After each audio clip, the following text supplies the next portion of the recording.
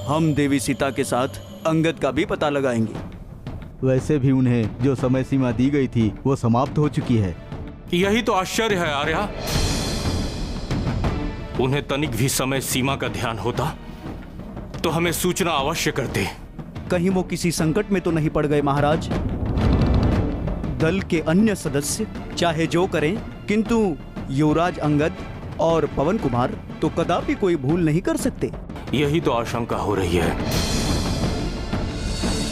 युवराज अंगद के दल में सबसे बड़े महाज्ञानी और अनुभवी ऋक्षराज जामवंत के होते हुए कोई अपना कर्तव्य कैसे भूल सकता है? पुनः आप हमें प्रस्थान करने का आदेश दे महाराज। हो सकता है राक्षसों ने उन्हें बंदी बना लिया हो। ये भी हो सकता है कि वो अपने मार्ग से भटक गए हों। किंतु हम उन्हें कहाँ ढूंढेंगे? कोई ऐसा स्थान भी तो नहीं है कि हम उसे उनका पता लगाने के लिए भेज सकें।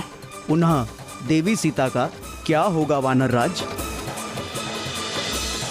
हम प्रभु श्री राम को क्या उत्तर देंगे?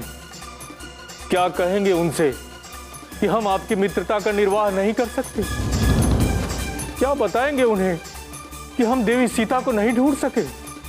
लज्जा, कितनी लज्जा की बात है कि सारे साधनों से संपन्न होते हुए भी हम असफल हो गए। हम इसे असफलता नहीं कह सकते, कदापि नहीं कह सकते। दक्षिण दिशा से कोई संदेशा ना मिलने का अर्थ ये है कि अवश्य ही अंगद के दल को सीता की सूचना मिल गई है। और वैसे भी हनुमान के रहते असफलता का कोई कारण ही नहीं है। किंतु भैया, अभी तक उन्होंने कोई सूचना क्यों नहीं दी? क्या हनुमान या अंगद से हमारी स्थिति छिपी हुई है? क्या वो ये नहीं जानते कि हम पल पल उनकी प्रतीक्षा कर रहे हैं? लक्ष्मण, वो हमारी स्थिति जानते हैं, इसीलिए विलंब कर रहे हैं।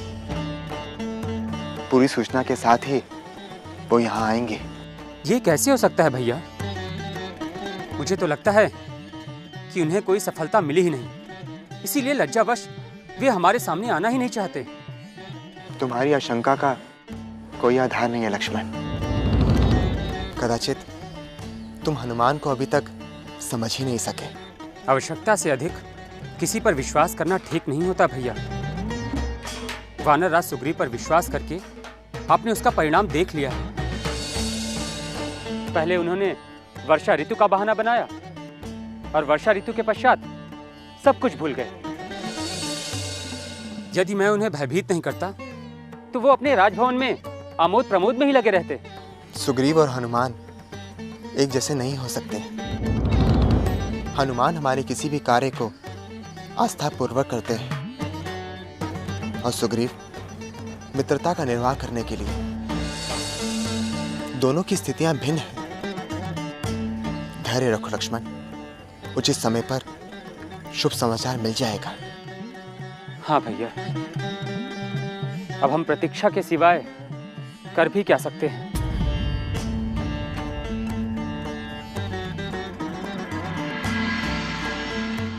संकट मोचन जय हनुमान। क्या आप ये चाहते हैं कि मैं समुद्र पार करके लंका जाऊं?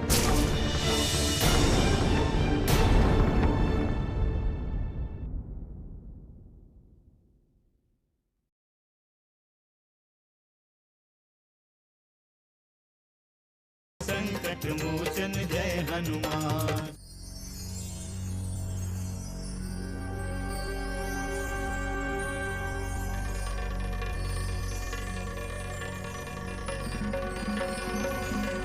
अब हमें तत्काल निर्णय करना चाहिए कि हम में से कौन समुद्र पार करके लंका जाएगा और माता सीता का समाचार लेकर आएगा। जब गिद्धराज संपाति ने सब कुछ स्पष्ट बता ही दिया है तो विलंब करने का कोई अर्थ नहीं है। आप सभी शीघ्र निर्णय लें कि हम में से कौन है जिसका साहस और पराक्रम हमारे प्राणों का रक्षा कवच बनेगा। कौन है वो वीर जिसके कारण हम किष्किंधा जाकर अपनी सफलता का शंखनाद करेंगे। कौन है वो महाबली जिसका संबल पाकर हम प्रभु श्री राम और तात सुग्रीव के कृपा पात्र बनेंगे। कौन है वो?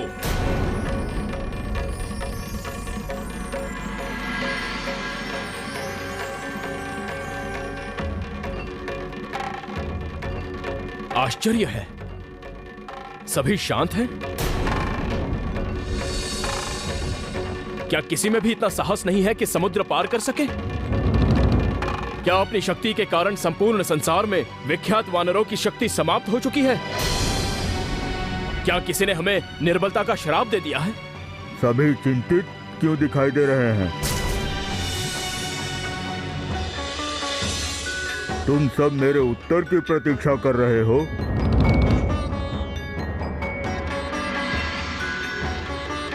क्या आप ये चाहते हैं कि मैं समुद्र पार करके लंका जाऊं? यदि तुम यही चाहते हो तो मैं वृद्ध होकर भी सागर पार करके लंका जाऊंगा। मेरा शरीर साथ दे या न दे, किंतु मुझ में मनोबल की कोई कमी नहीं है। अभी भी मैं 90 योजन तक समुद्र को तैर कर पार कर सकता हूँ। हम आपको कोई भी कष्ट नहीं देना चाहते रीछराज। हम तो अपनी योग्यता और क्षमता पर विचार कर रहे हैं। तो क्या हम ये मान लें कि हमारे दल में कोई योग्य और समर्थवान नहीं है जो समुद्र को पार कर सके? युवराज, 100 योजन लंबे समुद्र को पार करना कोई साधारण कार्य नहीं है। मुझे तो ये सोचकर ही भय लग रहा है। और मार्ग में भोजन की भी व्यवस्था नहीं। कहीं हम भूख से ही तड़प तड़प के ना मर जाएं। सत्य कहा भ्राता, मैंने तो ये सोचा ही नहीं था। बस कीजिए मातुल, बस कीजिए। आप जैसे कायरों की हमें कोई आवश्यकता नहीं।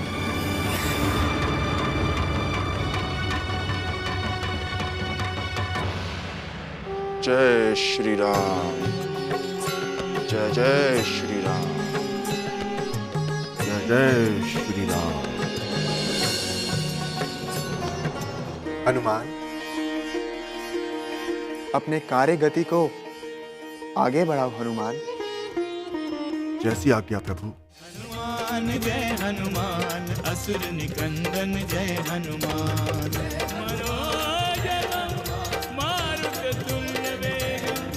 जितेन्द्रियं बुद्धिमतां वरिष्ठं वातात्मजं वानरयूथमुख्यं श्रीरामदूतं शरणं प्रपद्ये।